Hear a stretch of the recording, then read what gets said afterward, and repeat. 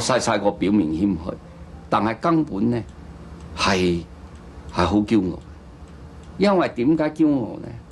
你人家喺度反嘅時間，你求學嘛，自己呢，大家都係受咁少嘅教育嘅同時，你日日睇到佢呢保持現狀，而自己呢日日個學問好咗，一樣咁嘅人做事打工好，我一路呢係上去。所以當我自己做生意嘅時候呢，我自己警惕自己嘅。